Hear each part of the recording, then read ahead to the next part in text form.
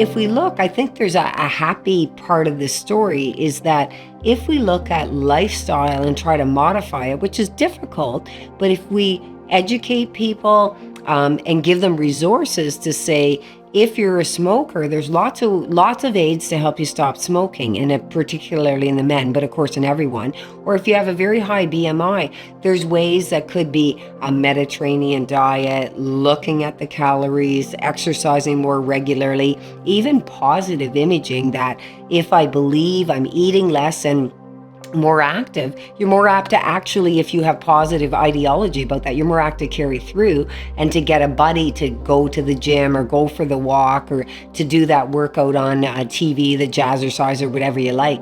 I think if we can facilitate that, because most of us won't have access in the public healthcare system to a dietitian, to a personal trainer, that just doesn't really exist. But if we can give good websites, good information, and be very positive and follow up.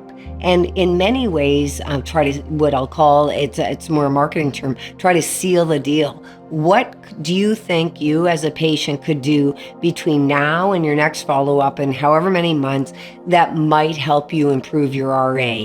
And let's give you a menu and just choose one. Don't choose 10.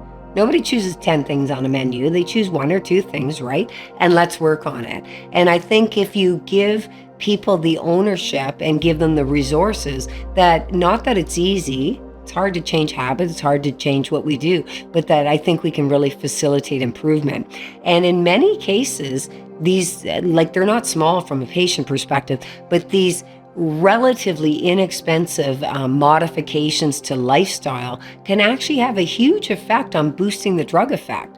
And, you know, we all have stories of someone's come into clinic and you say, wow, you look great, you're feeling great. Last time your fatigue was 8 out of 10, your pain was 7 out of 10, and now both are 2 out of 10, and it looks like you've dropped 10 kilos. What's going on? And they say, you know, my best friend motivated me, or my daughter was getting married and I wanted to fit into a nice dress, et cetera, et cetera. They had a goal in mind and they maintained it.